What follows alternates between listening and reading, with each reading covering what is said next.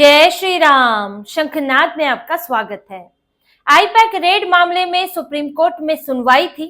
वीरवार को हुई सुनवाई में वही हुआ जिसकी पिछले 3 महीनों से उम्मीद थी कि आखिर कोई तो ममता बनर्जी को आईना दिखाएगा, आखिर कोई तो उन्हें हकीकत बताएगा कि उन्होंने जो किया वो कितना गलत था, वो किस तरह कानून के खिलाफ, लोकतंत्र के खिलाफ था और कैसे उन्होंने एक ऐसा पिटारा खोल दिया है जिससे देश में कोई भी कानून के आड़े में आ सकता है, कोई भी मुख्यमंत्री, कोई भी मंत्री अपनी शक्तियों का दुरुपयोग कर सकता है। अब वही सुप्रीम कोर्ट ने ममता बनर्जी को वही आईना, वही सच्चाई दिखा दी है। बहुत कुछ कहा है सुप्रीम कोर्ट ने और सुप्रीम कोर्ट की मंशा भी इससे साफ जाहिर होती है कि ममता बनर्जी के लिए आगे बड़ी मुसीबत खड़ी होने वाली है।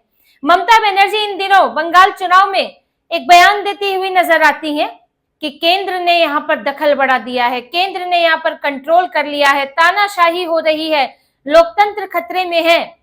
लेकिन सुप्रीम कोर्ट ने बताया ममता बनर्जी को कि लोकतंत्र आपने खतरे में डाल दिया था। ये सुप्रीम कोर्ट ने कहा है। किसी भी मुख्यमंत्री के खिलाफ इस तरह की सख्त टिप्पणियां बहुत ही कम देखने को मिलती हैं। हाल के दिनों, वर्षों में तो दिखी ही नहीं जैसी ममता बनर्जी के खिलाफ की है सुप्रीम कोर्ट। अब इससे ज्यादा क्या कहेगा कि मुख्यमंत्री को, जो कि एक राज्य की नेता हैं, उनके पास एक राज्य को चलाने की जिम्मेदारी भी है और शक्ति भी है। अब सुप्रीम कोर्ट इससे ज्यादा उनके लिए क्या कहे। यहाँ तो जज ही मुश्किल में पड़ जाते हैं कि किन शब्दों में इनको दिखाया जाए कि इन्होंने क्या किया है। 2 जजों की बेंच थी, जस्टिस पीके मिश्रा और एनवी अंजारिया, दोनों इस मामले को सुन रहे थे। इनकी तरफ से इनके वही वकील हैं, मनिका गुरुस्वामी, श्याम दीवान और भी वकीलों की इनकी टोली है, वो इस मामले में इनका पक्ष इन्होंने रखा था। सुप्रीम कोर्ट ने इस पर अपनी बातें कही। उन्होंने कहा कि ये मामला जो है ये राज्य और केंद्र का नहीं है। ये आप जो इसे बार बार बोल रहे हैं कि ये केंद्र और राज्य का मामला है और इसे उसी तरह देखा जाना चाहिए, उन्होंने कहा नहीं, ये एक ऐसा मामला है जिसमें व्यक्तिगत तौर पर एक ऐसे व्यक्ति ने जांच में दखल दी जो खुद मुख्यमंत्री है। मुख्यमंत्री यहाँ जांच में दखल दे रहा है, वो लोकतंत्र को खतरे में डाल रहा है। आपकी जिम्मेदारी यहाँ पर है कि आप कानून का पालन कराएं और करें, लेकिन आप खुद कानून तोड़ रहे हैं और इस तरह से जांच में दखल दे रहे हैं। उन्होंने ऐसी निराशा जताई जजिस ने कि हमारे संविधान निर्माताओं तक ने ये नहीं सोचा होगा कि ऐसी स्थिति आएगी। हमने तक नहीं सोचा था कि ऐसी स्थिति आएगी कि खुद मुख्यमंत्री इस तरह से जांच में दखल देंगी। इसे आप बिल्कुल भी केंद्र और राज्य का मामला नहीं मान सकते। ये एक व्यक्ति का मामला है जो संयोगवश मुख्यमंत्री है, जिसने लोकतंत्र को खतरे में डाला है। उन्होंने इनकी ये मांग खारिज कर दी, इसे इस नजरिए से देखने की। उन्होंने यहां तक कहा जो जजों को, 7 जुडिशियल ऑफिसर्स को, जजों को नहीं, जुडिशियल ऑफिसर्स को बंधक बना लिया गया था मालदा में, कोर्ट ने इसकी याद भी दिलाई। कोर्ट ने कहा कि बंगाल की वास्तविक स्थिति से आप नजर नहीं फेर सकते हैं। वहां तो हालात ये हैं कि वहां पर तो जजों को, जुडिशियल ऑफिसर्स को बंधक बना लिया जाता है। दरअसल ये लोग मांग कर रहे थे कि ये जो मामला है ये तो यहाँ सुना ही नहीं जाना चाहिए। आर्टिकल 32 के तहत जो मौलिक अधिकार है उसके तहत सीबीआई ने यहाँ पर, ईडी ने यहाँ पर अपनी अपील की थी और इन लोगों का कहना ये था, दलील ये थी कि ईडी तो एक तो अपने आप में कोई संस्थान नहीं है, वो एक विभाग का हिस्सा है और आर्टिकल 32 का उसके तहत अधिकार नहीं है कि वो यहाँ पर ला सके इस मामले को। इसे तो कलकत्ता में या फिर बंगाल में सुना जाना चाहिए। उन्होंने तब इसी पर ही जज ने कहा कि ये जो बंगाल के हालात हैं जहां पर जुडिशियल ऑफिसर तक सुरक्षित नहीं है, वहां पर आप कह रहे हैं कि इस मामले को मजिस्ट्रेट के पास भेज दिया जाए। हम वास्तविक स्थितियों से मुंह नहीं फेर सकते हैं। जो बंगाल में चल रहा है उसे नजरअंदाज नहीं किया जा सकता। इसमें बड़ी बात है, ये उनका यही कहना था। देखिए, कुछ बातें अब जज भी खुलकर नहीं बोल सकते हैं, तो वो बातें शब्दों में ही इस तरह से लपेट कर बोली जाती है। सामने वाला तो समझ जाता है, लेकिन इसके अंदर के बहुत गहरे अर्थ हैं। उनका साफ साफ कहना है, एक तरह से इसे कह सकते हैं कि सुरक्षा व्यवस्था, कानून व्यवस्था बुरी तरह खराब है बंगाल में। बंगाल में कब्जा है मशीनरी पर, चाहे पुलिस मशीनरी है, चाहे कोर्ट मशीनरी है, उस पर कब्जा है। और ऐसे में आप अगर ईडी को कहेंगे कि वहां के मजिस्ट्रेट के पास जाए न्याय लेने, तो क्या न्याय मिलेगा? जहां पर जुडिशियल ऑफिसर्स अगर बंधक बना लिए जाते हैं तो क्या वो स्वतंत्र होंगे? अगर राज्य सरकार साथ केस में शामिल है तो क्या वो स्वतंत्र है निष्पक्षता पूर्वक फैसला देने के लिए? क्या उनके ऊपर कोई दबाव नहीं होगा? क्या उन्हें कोई धमकी, कोई चेतावनी नहीं मिलेगी? कैसे कहा जाए कि बंगाल में जाके मामला सुलझाओ, जबकि एक तरफ खुद मुख्यमंत्री हैं और राज्य की पुलिस है।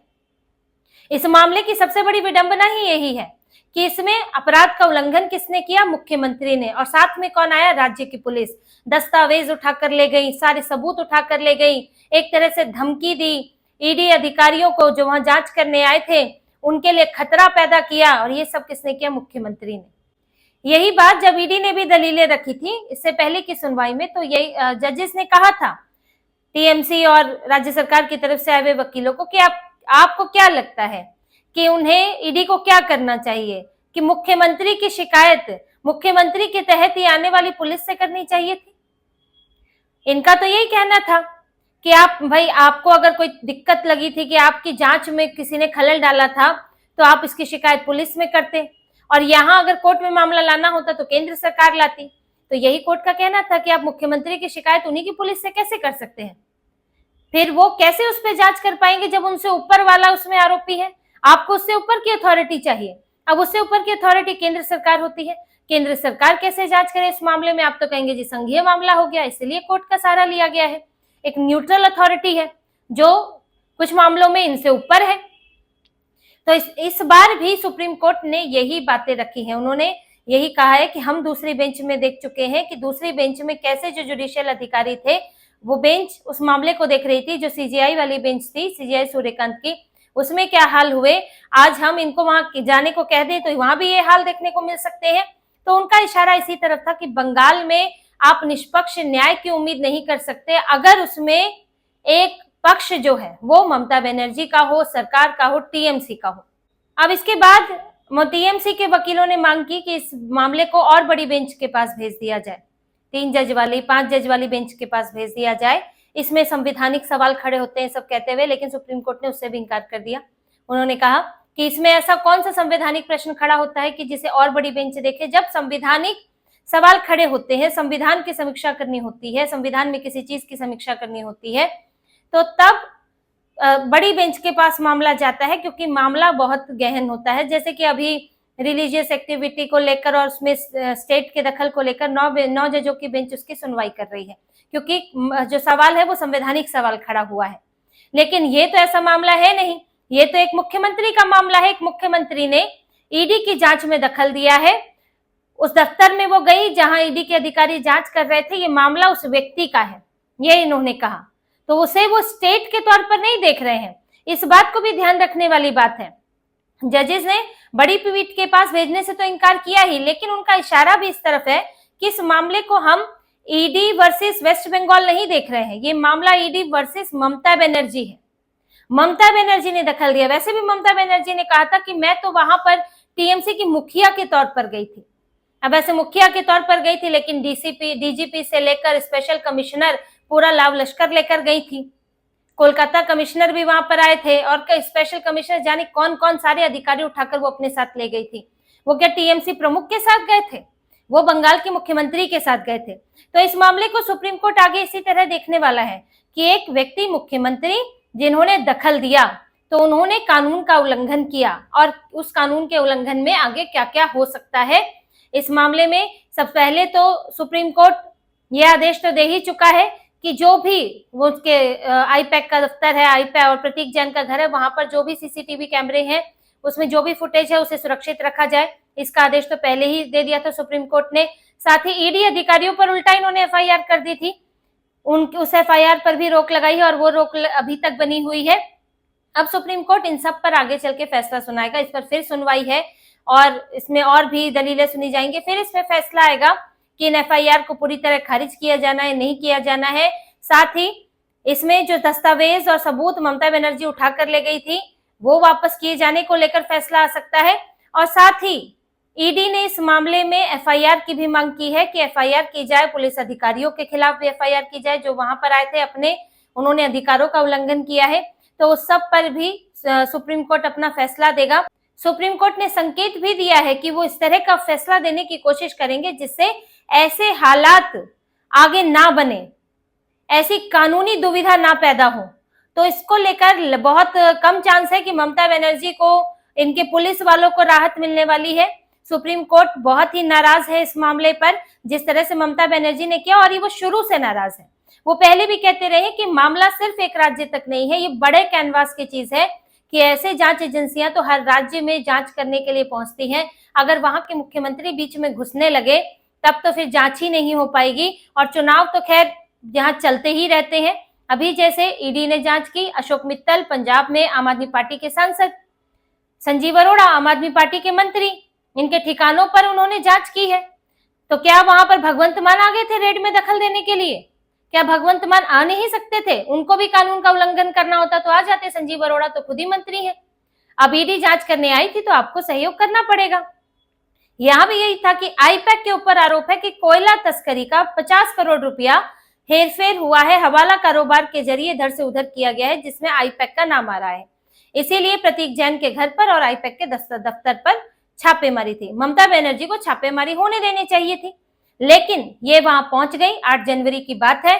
इन्होंने पहले प्रतीक जैन के घर पहुंची, उनका लैपटॉप, उनका मोबाइल, सब कुछ इन्होंने अपने पास ले लिया। फिर ये दफ्तर में भी पहुंची आईपैक के, वहां से भी इन्होंने दस्तावेज ले लिए। और ये क्या छुपाना चाहती थी? आप कह रही हैं कि हमारी भी पॉलिटिकल चीजें हैं और उससे जुड़ी जानकारी, कैंडिडेट्स की लिस्ट बीजेपी ले सकती है।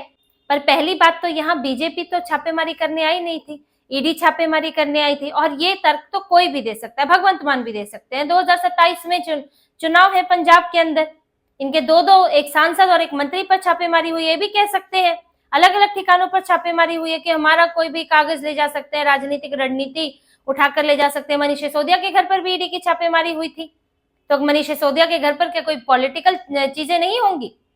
आप नहीं रोक सकते हैं। ये ममता बनर्जी की तो बहानेबाजी। आप कैसे कह सकते हैं, जब कोर्ट ने भी यही कहा कि अगर इस बात की उनके पास वारंट है, उनके अधिकारियों ने परमिशन दी है ईडी के, तो आप ये नहीं कह सकते कि जो छापा है वो गलत इरादे से था। गलत इरादे से तब होता है जब परमिशन नहीं होती है, तो इरादा फिर आपका गलत माना जाएगा, आपने जांच में बाधा डाली है। तो इसमें अब ममता बनर्जी की एक और मुसीबत बढ़ने वाली है। उन्होंने आईपैक में कुछ चीजें छुपाने की कोशिश की। कोयला तस्करी के मामले में तो इनके अपने नेताओं का नाम भी आया है, तो वो क्या छुपाने की कोशिश कर रही थी, अब तो कुछ इनसे मिलेगा या और चीजें सामने आएंगी तो उसमें पता चलेगा। लेकिन इधर आईपैक भी फंस रही है, इनके डायरेक्टर जेल में है, एक डायरेक्टर के रिश्तेदारों को बुलाया गया, पत्नी को बुलाया गया, और यहाँ से टीएमसी भी फंसती जा रही है। टीएमसी के नेता अभी ईडी की कई छापेमारी में, जिसमें छापेमारी हुई है टीएमसी के नेताओं की।